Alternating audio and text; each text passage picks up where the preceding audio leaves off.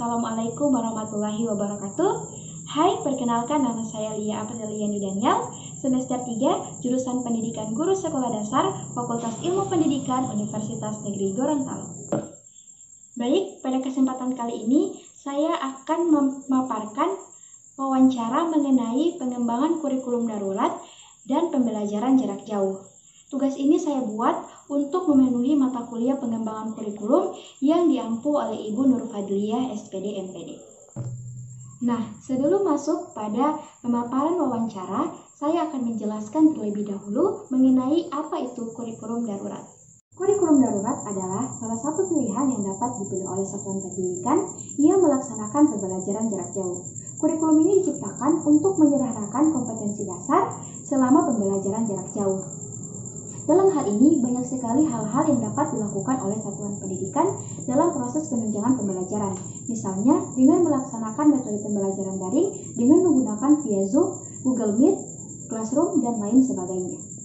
Dalam pembelajaran jarak jauh ini, banyak sekali hal-hal yang perlu diperhatikan, karena banyak sekali tantangan yang akan dihadapi ketika proses pembelajaran jarak jauh ini akan dilaksanakan terlalu lama. Seperti yang telah dikatakan oleh Kementerian Pendidikan Bapak Nadiem, beliau mengatakan bahwasannya akan ada dampak yang akan terjadi ketika proses pembelajaran jarak jauh ini dilaksanakan terlalu lama. Yang pertama, adanya risiko putus sekolah karena siswa tersebut terpaksa bekerja untuk memenuhi kehidupan keluarganya. Yang kedua, adanya penurunan pencapaian belajar akibat akses dan kualitas pembelajaran jarak jauh. Dan yang ketiga, akan adanya risiko kekerasan di rumah yang tidak terdeteksi oleh guru. Selain itu, apabila siswa tersebut sudah tidak datang lagi ke sekolah, akan meningkatkan risiko pernikahan dini dan eksploitasi anak. Nah, setelah saya menjelaskan mengenai kurikulum darurat dan pembelajaran jarak jauh, kali ini saya akan memaparkan wawancara yang telah saya lakukan kepada siswa, guru, dan orang tua. Yang pertama di sini adalah guru. Saya telah menanyakan beberapa pertanyaan. Yang pertama, bagaimana implementasi kurikulum darurat di sekolah tersebut?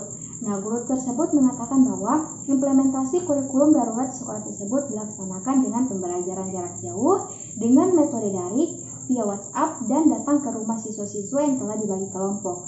Namun setelah beberapa bulan melakukan pembelajaran seperti itu, akhirnya pihak sekolah memutuskan untuk melaksanakan pembelajaran tatap muka dengan tetap memperhatikan protokol kesehatan, dan siswa yang datang hanya beberapa orang saja sesuai dengan kelompok dan jadwal yang telah dilakukan.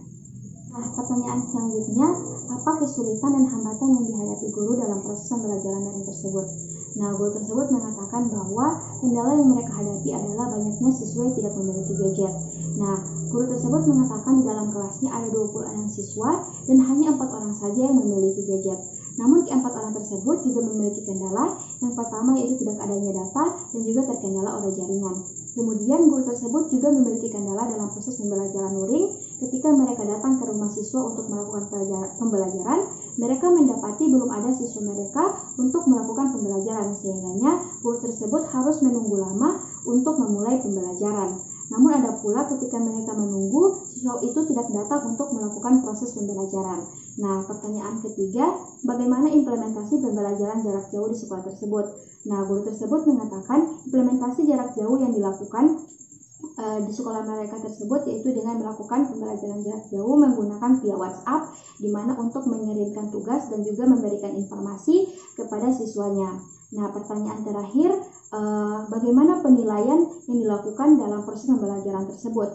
Nah, guru tersebut mengatakan mereka sebagai guru akan tetap terus memberikan tugas untuk memenuhi penilaian, di mana tugas tersebut telah disusun dengan instruksi ketika dikerjakan akan mudah untuk dipahami. Nah, selanjutnya adalah wawancara saya dengan siswa. Di sini saya menanyakan beberapa pertanyaan. Yang pertama, apa saja hambatan dan kesulitan yang mereka hadapi dalam proses pembelajaran daring ini? Nah, siswa tersebut mengatakan kendala yang mereka hadapi adalah karena mereka tidak memiliki gadget untuk melakukan pembelajaran daring dan untuk mendapatkan informasi terkait dengan tugas-tugas yang akan diberikan oleh guru.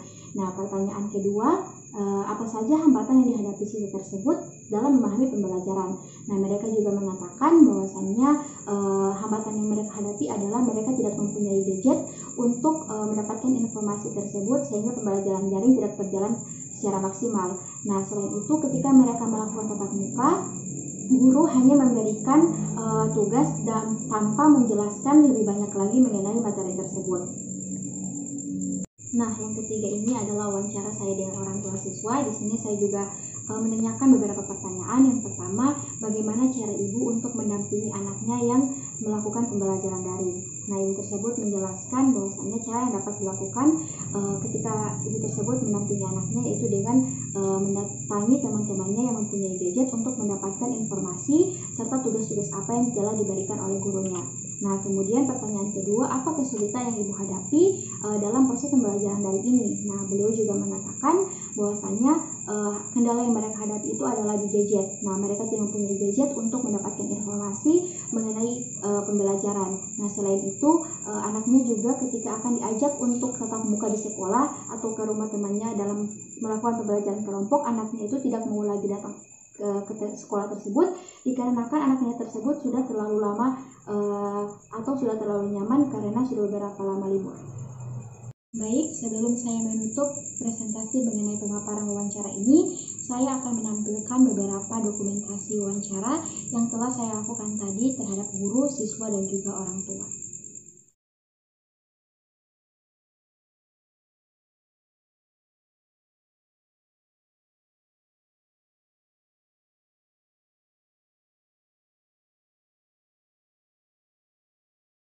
Baik, itulah pemaparan dan presentasi saya mengenai wawancara terhadap kurikulum darurat dan pembelajaran jarak jauh. Lebih dan kurangnya saya mohon maaf. Wabillahi taufiq wal hidayah. Wassalamualaikum warahmatullahi wabarakatuh.